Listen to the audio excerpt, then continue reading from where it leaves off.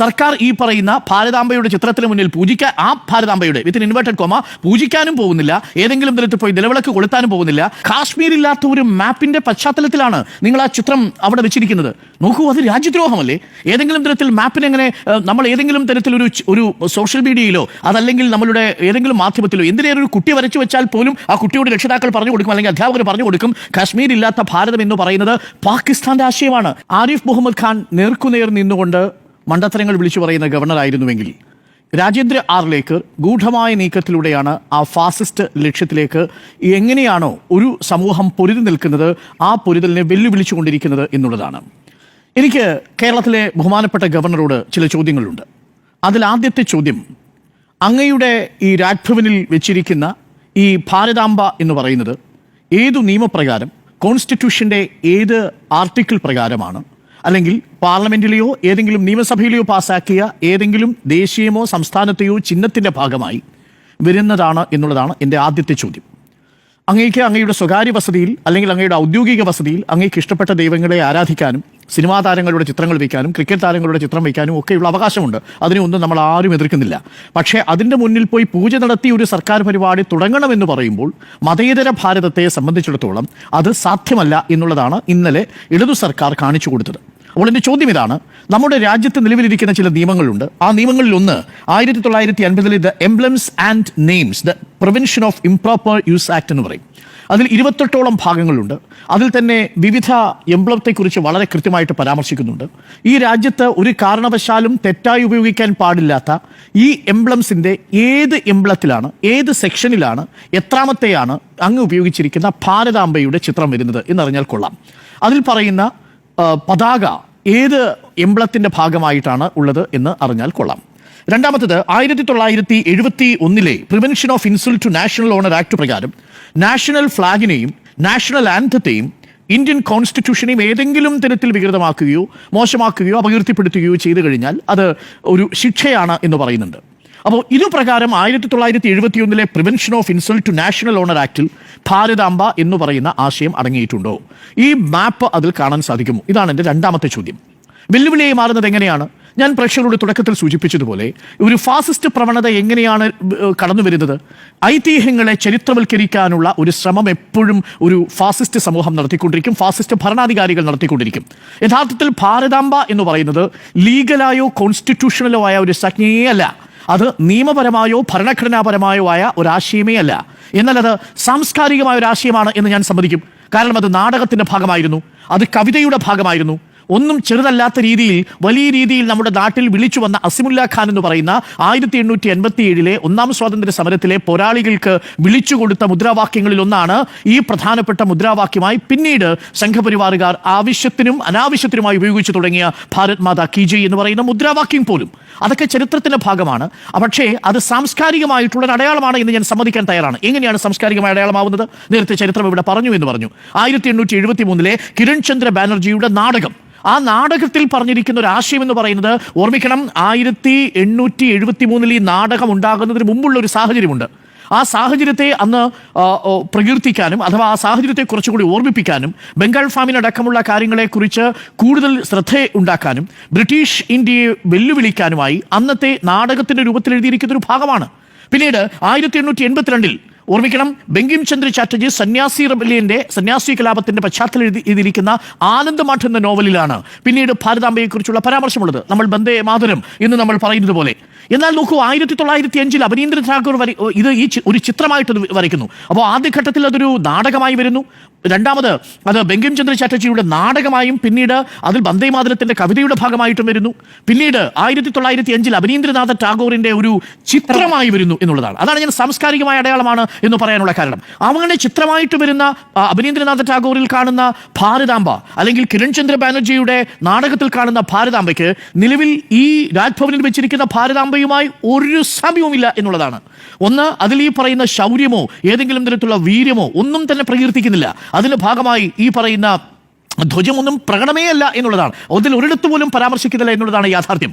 എന്നാൽ നോക്കൂ, അപനീന്ദ്രനാഥ ടാഗോറിന്റെ ചിത്രത്തിൽ പറയുന്ന ഭാരതാംബയിലോ ഭാരതത്തിന്റെ ദീക്ഷയെക്കുറിച്ച് പറയുന്നുണ്ട്. ദീക്ഷയെക്കുറിച്ച് പറയാൻ വേണ്ടിയിട്ട് എന്താ ഉപയോഗിച്ചിരിക്കുന്നത്? രുദ്രാക്ഷമാണ്. ശൈവ പാരമ്പര്യത്തെയാണ് അത് ഉയർത്തിക്കാട്ടുന്നത്. രണ്ടാമത്തത് എന്താണ് ഉപയോഗിച്ചിരിക്കുന്നത്? രണ്ടാമത് ഉപയോഗിച്ചിരിക്കുന്നത് വെളുത്ത തുണിയാണ്. ഈ കാവിക്കൊടിയല്ല. വെളുത്ത തുണി എന്തിനാണ് സൂചിപ്പിക്കുന്നത്? വസ്ത്രത്തെക്കുറിച്ചാണ്. കറ്റ എന്തിനെക്കുറിച്ചാണ് സൂചിപ്പിക്കുന്നത്? അന്നത്തെക്കുറിച്ചാണ്. അപ്പോ ഇനി കറ്റയുണ്ട്, തുണിയുണ്ട്, രുദ്രാക്ഷമുണ്ട്. ഇനിയാണ് താളിയോല. അതായത് സംഘപരിവാറിലെ ആളുകൾക്ക് വലിയ താല്പര്യമില്ലാത്തൊരാശയമാണ് ഈ താളിയോല എന്ന് പറയുന്നത്. എന്താണ് താളിയോല? ശിക്ഷയാണ്, അഥവാ അറിവാണ്. അപ്പോൾ ശിക്ഷയും ദീക്ഷയും വസ്ത്രവും അന്നവും അടങ്ങുന്നതാണ് ഈ ചിത്രത്തിൽ പരാമർശിച്ചിരിക്കുന്ന വന്ദേ ഭാരത് മാതയെ കുറിച്ചുള്ള സങ്കല്പം എന്ന് പറയുന്നത്. ഇതൊക്കെ സാംസ്കാരികമായ അടയാളങ്ങളായിട്ട് നമ്മുടെ ചരിത്രത്തിൽ ഇങ്ങനെ മിന്നിത്തെളിഞ്ഞു കടന്നു പോകുന്നുണ്ട്. ഇതൊന്നും ഏതെങ്കിലും തരത്തിൽ നിയമപരമായോ ഭരണഘടനാപരമായോ നമ്മൾ അംഗീകരിച്ച ആശയമേ അല്ല എന്നുള്ളതാണ്. ഇത് അവിടെ കൊണ്ടും തീരുന്നില്ല. സുബ്രഹ്മണ്യ ഭാരതിയുടെ കവിതയുണ്ട്. സുബ്രഹ്മണ്യ ഭാരതിയുടെ കവിതയിൽ വന്ദേ മാതരത്തെക്കുറിച്ച് പരാമർശിക്കുന്ന സാഹചര്യത്തിൽ നോക്കൂ, അത് വിജയ എന്ന് പറയുന്ന ഒരു മാഗസിനിൽ തന്നെ 4 കുഞ്ഞുങ്ങളെ മുലയൂട്ടുന്ന അമ്മ എന്ന അർത്ഥത്തിൽ ഭാരതാംബയെ ഉപയോഗിച്ചിട്ടുണ്ട്. അത് ഈ പറയുന്ന RSSന്റെ ഭാരതാംബയുമായി ഒരു സാമ്യവുമില്ല എന്നുള്ളതാണ് ഏറ്റവും പ്രധാനപ്പെട്ട കാര്യം. വ്യത്യസ്ത ഭാഷകളെയും വൈവിധ്യത്തെയും ഉൾക്കൊള്ളുന്ന ഒരു ആശയം എന്ന നിലയിൽ അങ്ങനെ സാംസ്കാരിക അടയാളമായിരുന്ന ഒന്നിനെ നിയമപരമായ ഭരണഘടനാപരമായ ആശയമാക്കി മാറ്റുന്നതിന് പിന്നിലുള്ളത് ഞാൻ നേരത്തെ സൂചിപ്പിച്ചതുപോലെ ഒരു ഫാസിസ്റ്റ് രീതിയാണ്. ഞാനിത് പറയാനുള്ള കാരണം എന്താ? അതിലെ ധ്വജം തന്നെയാണ് ഏറ്റവും പ്രധാനപ്പെട്ട കാര്യം. അതാണ് എൻ്റെ മൂന്നാമത്തെ ചോദ്യവും ഗവർണറോട്. അങ്ങ് ചെയ്തിരിക്കുന്നത് യഥാർത്ഥത്തിൽ ഞാൻ നേരത്തെ സൂചിപ്പിച്ച 1971 ഈ ആക്ടിന്റെ കൃത്യമായ ലംഘനമാണ് എന്നാണ് ഞാൻ പറയാൻ ഉദ്ദേശിക്കുന്നത്. Prevention of insult to national honour act 1971 നഗ്നമായ ലംഘനമാണ്. എന്താണ് ലംഘനം? നിങ്ങൾ ഔദ്യോഗികമായ ഒരു ചടങ്ങിൽ പങ്കെടുക്കുന്ന സമയത്ത് നിങ്ങൾ ഉയർത്തുകയോ നിങ്ങൾ പൂജിക്കുകയോ നിങ്ങൾ പൊതുദർശനത്തിന് വെക്കുകയോ ചെയ്യുന്ന പതാകയ്ക്ക് ഒറ്റ പതാകയെ പാടുള്ളൂ. അതായത് ഗവർണർ എന്ന് പറയുന്ന രാജ്ഭവന്റെ പിന്നിൽ നിങ്ങൾക്ക് വേണമെങ്കിൽ നിങ്ങളുടെ സ്വകാര്യ കിടപ്പുമുറിയിൽ മറ്റേത് ചിത്രങ്ങളും ചിഹ്നങ്ങളും വെച്ച് അലങ്കരിക്കുന്നതിന് ഒരു തടസ്സവുമില്ല. പക്ഷേ ഇന്ത്യ എന്ന രാജ്യം അംഗീകരിച്ചിരിക്കുന്ന പതാക അത് നമ്മളുടെ ത്രിവർണ്ണ പതാകയാണ്. പ്രസിഡന്റിന് മറ്റൊരു ഫ്ലാഗ് ഉണ്ട്, പ്രസിഡൻഷ്യൽ ഫ്ലാഗ് എന്നാണ് പറയുന്നത്. ആ പ്രസിഡൻഷ്യൽ ഫ്ലാഗ് മാറ്റിയിട്ട് നാളെ ഈ ഭഗവദ്ധ്വജം കൊണ്ട് അവിടെ കെട്ടാൻ കഴിയില്ല. ആ പ്രസിഡൻഷ്യൽ ഫ്ലാഗിൽ ചില അടയാളങ്ങളുണ്ട്. ആ അടയാളങ്ങളും സിമ്പിളുകളും അതിന്റെ ഭാഗമായിട്ട് വേണം. നമ്മുടെ സാരനാഥിൽ നിന്നെടുത്തിരിക്കുന്ന അശോക സ്തംഭത്തിന്റെ മാതൃകയിലാണ് നമ്മുടെ നാഷണൽ എംബ്ലംസ് സൃഷ്ടിച്ചിരിക്കുന്നത്. അത് ദിനനാഥ് ഭാർഗവ എന്ന് പറയുന്ന ഒരു പെയിന്റർ മനോഹരമായി അത് കോപ്പി ചെയ്ത് ഈ സത്യമേവ ചെയ്ത് എന്ന മുണ്ടകോപനിഷത്തിന്റെ ഭാഗം കൂടി എഴുതി ചേർത്താണ് എംബ്ലമാക്കി മാറ്റിയിരിക്കുന്നത്. ഈ എംബ്ലത്തെ മാറ്റിക്കൊണ്ട് നിങ്ങൾക്ക് ഏതെങ്കിലും തരത്തിൽ മറ്റു ചിഹ്നങ്ങൾ വെക്കുക സാധ്യമല്ല. അപ്പോൾ എന്റെ ചോദ്യം ഇതാണ്, ഇത് 1971 prevention of insult to national honour ആക്ടിന്റെ നഗ്നമായ ലംഘനമാണ് ഗവർണർ ചെയ്തിരിക്കുന്നത്. മറ്റൊന്ന് എംബ്ലംസ് ആൻഡ് നെയിംസിന്റെ പ്രിവെൻഷൻ ഓഫ് ഇംപ്രോപ്പർ ആക്ട് 1950 കൃത്യമായിട്ടുള്ള ലംഘനമാണ്. അതെങ്ങനെ ലംഘനമാകുന്നത്? നാഷണൽ ഫ്ലാഗ് എന്നുള്ളതിനെ മാറ്റി അവിടെ ഭഗവത് ധ്വജം പ്ലേസ് ചെയ്യുന്നു എന്നുള്ളിടത്താണ്. ഇനിയുമുണ്ട്, തീർന്നിട്ടില്ല. നോക്കൂ, അതിലെ മാപ്പ് നിങ്ങളൊന്ന് പരിശോധിക്കുമ്പോൾ നേരത്തെ സ്മൃതി പറഞ്ഞപ്പോൾ ഞാൻ ശ്രദ്ധിക്കുകയായിരുന്നു. ആ മാപ്പ് ഒന്നുകൂടി നിങ്ങൾ സൂക്ഷ്മമായി പരിശോധിച്ച് നോക്കൂ. കാശ്മീരില്ലാത്ത ഒരു മാപ്പിന്റെ പശ്ചാത്തലത്തിലാണ് നിങ്ങൾ ആ ചിത്രം അവിടെ വെച്ചിരിക്കുന്നത്. നോക്കൂ, അത് രാജ്യദ്രോഹമല്ലേ? ഏതെങ്കിലും തരത്തിൽ മാപ്പിനെങ്ങനെ നമ്മൾ ഏതെങ്കിലും തരത്തിൽ ഒരു സോഷ്യൽ മീഡിയയിലോ അതല്ലെങ്കിൽ നമ്മളുടെ ഏതെങ്കിലും മാധ്യമത്തിലോ എന്തിനേറെ ഒരു കുട്ടി വരച്ചു വെച്ചാൽ പോലും ആ കുട്ടിയോട് രക്ഷിതാക്കൾ പറഞ്ഞു കൊടുക്കും, അല്ലെങ്കിൽ അധ്യാപകർ പറഞ്ഞു കൊടുക്കും, കാശ്മീർ ഇല്ലാത്ത ഭാരതം എന്ന് പറയുന്നത് പാകിസ്ഥാന്റെ ആശയമാണ്. കാര്യം കാശ്മീർ എന്നുള്ളത് പാകിസ്ഥാന്റെ ആശയം, പാകിസ്ഥാന്റേതാണെന്ന് പാകിസ്ഥാൻ പറയുന്ന ഒരു പ്രദേശത്തെ ഇന്ത്യയുടെ ഭൂപടത്തിൽ നിന്ന് അടർത്തി മാറ്റിക്കൊണ്ടാണ് ഗവർണർ ഇത് ചെയ്തിരിക്കുന്നത്. അപ്പോൾ എന്റെ ചോദ്യം, പ്രിയപ്പെട്ട ഗവർണർ, അങ്ങയുടെ ഈ ഭൂപടത്തിൽ കാണുന്ന കാശ്മീർ ഇല്ലാതെ പോയത് എന്തുകൊണ്ടാണ്? അത് പാകിസ്ഥാന്റെ ആശയത്തെയാണോ പ്രതിനിധാനം ചെയ്തത്? ഇനി ഒന്നുകൂടി ഒന്ന് സൂക്ഷിച്ചു നോക്കൂ. അവിടെ ഓപ്പറേഷൻ സിന്ദൂരിന്റെ ഭാഗമായി ഇന്ത്യ പാകിസ്ഥാനിൽ തകർത്ത ചില തീവ്രവാദ ക്യാമ്പുകളുണ്ട്. അത് ഭവൽപൂരിലെ തീവ്രവാദ ക്യാമ്പ് തകർത്തിട്ടുണ്ട്, കോട്ട്ലിയിലെ തീവ്രവാദ ക്യാമ്പ് തകർത്തിട്ടുണ്ട്, മുരിഡ്കയിലെ തീവ്രവാദ ക്യാമ്പ് തകർത്തിട്ടുണ്ട്, മുസാഫറാബാദിലെയുണ്ട്. ഈ പറയുന്ന പ്രദേശങ്ങളിൽ ഇതൊക്കെ കാണാം. ഈ പറയുന്ന മാപ്പിന്റെ ഭാഗമായി ചിത്രീകരിച്ചിരിക്കുന്ന സ്ഥലങ്ങളിൽ ഇന്ത്യ തന്നെ തീവ്രവാദ വെല്ലുവിളിയുള്ള കേന്ദ്രങ്ങളാക്കിയിട്ട് പ്രഖ്യാപിച്ചിരിക്കുന്ന ഇൻഡസിന്റെ അപ്പുറവും ഇപ്പുറവുമുള്ള പ്രദേശങ്ങളെയാണ്. ഇതിലെന്താ അബദ്ധം എന്നറിയാമോ? ഈ മാപ്പ് എവിടെ നിന്ന് കിട്ടി എന്നുള്ളതിനെ കുറിച്ച് വിശദമായി നമ്മൾ അന്വേഷിക്കുമ്പോഴാണ് അതിലെ കൗതുകരമായ കാര്യം മനസ്സിലാവുക. മാപ്പ് യഥാർത്ഥത്തിൽ ബ്രിട്ടീഷുകാർക്ക് അങ്ങനെ ആശയമേ RSSകാർക്ക് അങ്ങനെ ആശയമേ ഉണ്ടായിരുന്നില്ല, സംഘപരിവാറുകാർക്ക് അങ്ങനെ ആശയമേ ഉണ്ടായിരുന്നില്ല. 1920കളിലാണല്ലോ ഈ അഖണ്ഡ ഭാരതം എന്നൊരു ആശയത്തിന് രാഷ്ട്രീയമായൊരു സ്വരൂപം ഉണ്ടാവുന്നത്. അത് കൊണ്ടുവരുന്നതാവട്ടെ VD സവർക്കറാണ്. ആ 1920 കൊണ്ടുവരുമ്പോൾ ആസേതു ഹിമാചലം പരന്നു കിടക്കുന്ന ഒരു ആശയത്തെ എങ്ങനെയാണോ മുസ്ലിം സാമ്രാജ്യം മക്കയിൽ എന്നതുവണ്ണം ഈ ഇന്ത്യയിലേക്ക് ആസേതു ഹിമാചലം പരന്നു കിടക്കുന്ന ഒരു ഭൂപ്രദേശത്തെ ഒന്നായി കണ്ടുകൊണ്ട് ഒരു മാപ്പ് ഉണ്ടാക്കി. ആ മാപ്പ് ഉണ്ടാക്കിയപ്പോൾ ഇവർക്ക് പെട്ടെന്ന് മാപ്പ് കിട്ടിയില്ല. മാപ്പ് കിട്ടാതെ വന്നപ്പോൾ മാപ്പ് എടുത്തു മാറ്റി. ഏത് മാപ്പാണെന്നറിയാമോ? മറാത്ത സാമ്രാജ്യവും പിന്നെ കുറച്ച് തെക്കേ ഇന്ത്യയും കൂടെ ചേർത്ത് ഒരുമിച്ചൊരു മാപ്പ് ഉണ്ടാക്കി വെച്ചു. ഇന്ന് വെച്ചിരിക്കുന്നതിൽ പലതും ഈ മറാത്ത സാമ്രാജ്യത്തിന്റെ ഭാഗമായിട്ട് കണ്ട പ്രദേശമാണ്. അതിൽ നേരത്തെ പറഞ്ഞതുപോലെ ബംഗ്ലാദേശുണ്ട്, പാകിസ്ഥാന്റെ പ്രദേശമുണ്ട്. പാകിസ്ഥാന്റെ പ്രദേശങ്ങൾ ഇന്ത്യയുടെ ഭാഗമായി രാജ്യങ്ങളുമായി കൂട്ടിച്ചേർത്തിട്ട് ഭാരതാംബ എന്ന് വിളിക്കണമെങ്കിൽ അഫ്ഗാനിസ്ഥാനുണ്ട്. ഇത് ദേശാഭിമാനമാണോ ദേശദ്രോഹമാണോ എന്നുള്ളതാണ് നിശ്ചയിക്കേണ്ടത്. അപ്പോൾ ഇതിൽ ഗുരുതരമായ പ്രശ്നങ്ങൾ അടങ്ങിയിരിക്കുന്നു എന്നുള്ളതാണ്. ഭരണഘടനയുടെ ലംഘനം എന്നത് മാത്രമല്ല, നമ്മുടെ രാജ്യത്തെ പ്രധാനപ്പെട്ട നിയമങ്ങളുടെ നഗ്നമായ ലംഘനമാണ് നടന്നിരിക്കുന്നത്. അങ്ങനെയാണെങ്കിൽ ഭാരതാംബയുടെ പ്രധാനപ്പെട്ട 8-9 ഇടങ്ങളിൽ ഇന്ത്യ തന്നെ പോയി സർജിക്കൽ സ്ട്രൈക്ക് നടത്തിയിട്ട് അതിനെ ഓപ്പറേഷൻ സിന്ദൂർ എന്ന് വിളിക്കാൻ പറ്റുമോ? നിങ്ങൾ മുറിവേൽപ്പിച്ചിരിക്കുന്നത് ഭാരതാംബയല്ലേ? ഈ പറയുന്ന കോട്ട്ലിയിലും ഈ പറയുന്ന മുസഫറാബാദും ഒക്കെ പാകിസ്ഥാന്റെ ഈ ഭാരതാംബയുടെ ഭാഗമാണോ?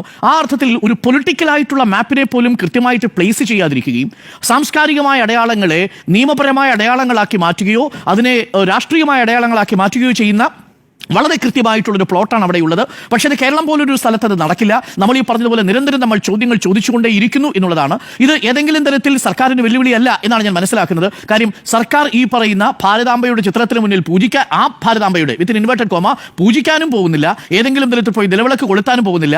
ഇനി അങ്ങനെ നിലവിളക്ക് കൊളുത്തണം എന്നുണ്ടെങ്കിൽ ഏതെങ്കിലും നമ്മുടെ അശോക സ്തംഭത്തിന്റെ മുന്നിൽ സത്യമേവ ജയതയുടെ മുന്നിൽ ത്രിവർണ്ണ പതാക ഉയർത്തി ഭാരതാംബ അല്ലെങ്കിൽ ഭാരത് മാതാ കി ജയ് വിളിക്കാൻ ചില ആളുകൾക്ക് അത് വിളിക്കാതിരിക്കാം. കാരണം അതൊക്കെ സ്വാഭാവികമാണ്. ഭാരതാംബയുടെ ഒരു ടെമ്പിൾ തന്നെയുണ്ട്. ഭാരതാംബയുടെ ഒരു പ്രധാനപ്പെട്ട ക്ഷേത്രം നിർമ്മിച്ചിരിക്കുന്നത് തന്നെ വാരണാസിയിൽ മഹാത്മാഗാന്ധിയാണ് ഉദ്ഘാടനം ചെയ്തിരിക്കുന്നത്. അവിടെയുള്ള വിഗ്രഹം എന്താണെന്ന് അറിയാമോ? മാർബിളിൽ കൊത്തിയിരിക്കുന്ന അഖണ്ഡ ഭാരതത്തിന്റെ ഒരു വലിയ രൂപമാണ് അവിടെ കൊത്തിവെച്ചിരിക്കുന്നത്. അത് ഏതെങ്കിലും തരത്തിൽ ഒരു മതത്തിന്റെ ചിഹ്നമേ അവിടെ ഇല്ല എന്നുള്ളതാണ്. അത് സാംസ്കാരികമായിട്ടുള്ള അടയാളങ്ങളാണ്. അതിനെ നിയമപരമായോ രാഷ്ട്രീയമായിട്ടോ ഏതെങ്കിലും തരത്തിലുള്ള അടയാളമാക്കി മാറ്റുന്നത് ഒരു ഫാസിസ്റ്റ് പ്രവണതയാണ്. ആ ഫാസിസ്റ്റ് പ്രവണതയെ എതിർക്കുക എന്നുള്ളത് ഉത്തരവാദിത്തപ്പെട്ട ഏതൊരു ജനാധിപത്യവാദിയുടെയും അവകാശമാണ്. അതുകൊണ്ട് തന്നെ ഞാൻ ഉറപ്പായിട്ടും പറയുന്നു, ഗവർണറുടെ വെല്ലുവിളി ഇവിടെ ഏക്കാൻ പോകുന്നില്ല എന്നാണ് ഞാൻ മനസ്സിലാക്കുന്നത്.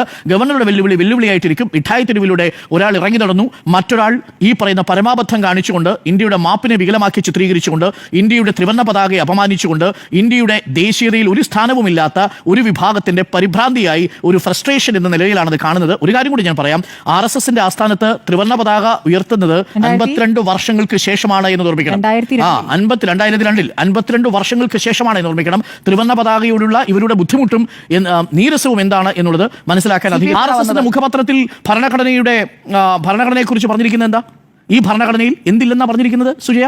ഭാരതീയമായ ഒന്നുമില്ല എന്നാണ് പറഞ്ഞിരിക്കുന്നത്. ദേശീയ പതാക ആദ്യം അവിടെ ഭഗത് 1949